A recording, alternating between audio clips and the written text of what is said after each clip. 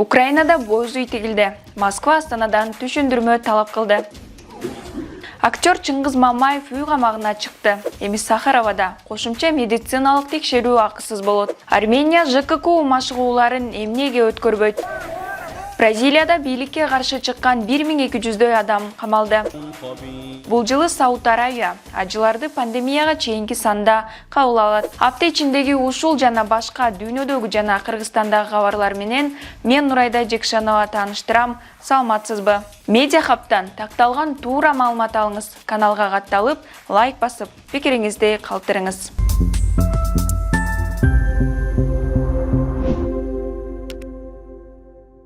Украинанын Буча шаарында кыйрабастык пункту деп аталган казак боз үйү тегилди. Ал жакта этникалык казактар аш басып, ысык тамак жасап таратууда. Орусиянын аткылоолорунан светсиз, жылуулуксуз калган украиналыктар боз үйгө келип жылынып, уюлдук телефондорун кубаттап жатышат. Боз үйдүн тигилгенин биринчи болуп Украин депутаты Сергей Нагорняк кабарлады. Ал боз үйдү Украинага казак ишкери Даулет Нуржанов жана Украинадагы казак диаспорасынын өкүлдөрү алып келгенин билдирди. Анын айтымында, боз үй башка шаарларга да тигилет. Учурда Киевде орнотулуп жатат. Орусиянын тышкы иштер министрлиги боз үй боюнча Казакстандан расмий түшүндүрмө талап кылды. Астана 11 январда Украинага боз үйдүн орнотулушунан эч кандай маселе көрбөй турганын айтып, демилге казак ишкерлери тарабынан ишке ашырылганын тастыктады. Это частная инициатива наших казахстанских меценатов, которые решили помочь украинскому народу. Не комментировать, либо запрещать мы это не можем. Ошондой эле тышкы иштер министрлигинин расмий өкүлү Айбек Смадияров Орусиянын тышкы иштер министрлигине бул боюнча расмий жооп болбостугун белгиледи. 10 январда Бишкек шаардык соту актер Чыңгыз Мамаевди үй камагына бошотту. Ал зордуктоого шектелип 9 айдан бери камакта жаткан. Мамаевдин жактоочусу Нурсултан Жаныбеков актердун ишинде тергөөчүлөр бир катар мыйзам бузушканы, шектүүгө карата тийиштүү далилдердин жоктугу сотто эске алынды деди. Белгилүү актер былтыр апрель айында чет элдик аялды зордуктоого шектелип, кармалып камакка алынган. Андан бери соттук отурумдар белгиленип, улам кийинкиге жылдырылып келген.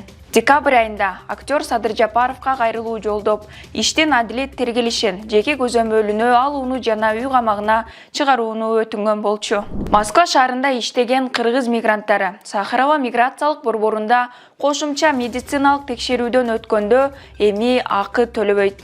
Бул тууралуу 10 январда элчилик маалымдады. Кеп башкаларга коркунуч туудурган жугуштуу оорулардын бар же жоктугун аныктоо үчүн дайындалган кошумча текшерүү тууралуу болууда.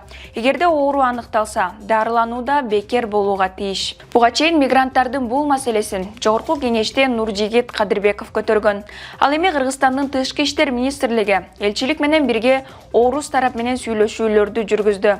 2021 жылдын 29 декабрында Орусияда чет өлкөлүк жарандардын укуктук абалы жөнүндө жана мамлекеттик дактилоскопиялык каттоо жөнүндө мыйзамдарга өзгөртүүлөр киргизилип, жаңы миграциялык эрежелер иштей баштаган. Ага ылайык чет элдиктер, анын ичинде Кыргызстандын жарандары жугуштуу оорусу бар же жогуна текшерилип, бармак издерин тапшырып, сүрөткө түшүп каттоого турушу зарыл.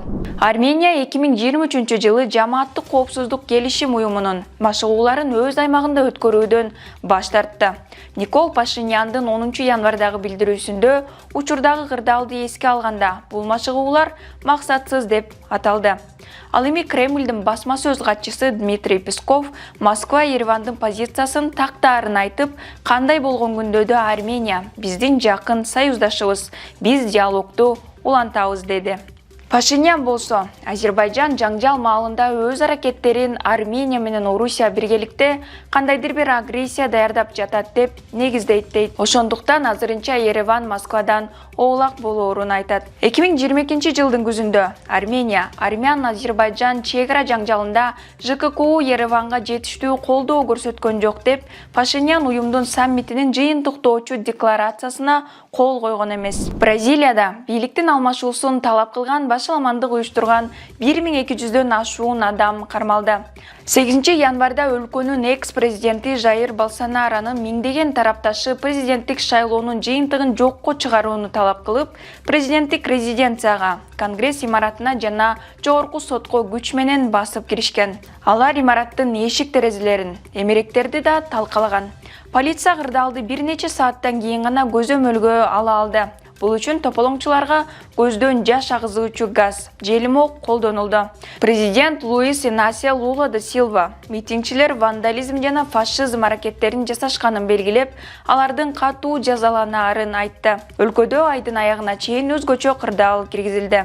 Президент полиция менен коопсуздук күчтөрү компетентсиздигин көрсөттү деп нааразы болду. Учурда Бразилиянын айрым сенаттары АКШдан экс-президент Жаир Болсонарону тез арада экстрадициялоону талап кылууда. Болсонаро өткөн жылдын аягында АКШга учуп кеткен. Ал Бразилиянын жаңы президенти Луис Инасио Лула да Силвага бийликти өткөрүп берүүгө катышкан эмес.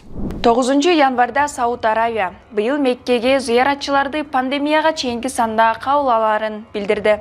2019 жылы ажылыкка 2,5 миллионго чукул адам барган. 2020 жылы коронавируска байланыштуу Сауд Аравиясынын жарандары гана ажылык кылган. Ал эми 2022 жылы жазында чет өлкөдөн келген зыяратчыларга Сауд Аравия эшигин ачкан. Анда өлкөгө 1 миллионго чейин зыяратчы кирген. Кыргызстан мусулмандардын дин башкармалыгы Сауд Аравия быйылкы жылы 6000 кыргыз жаранына квота бергенин билдирди.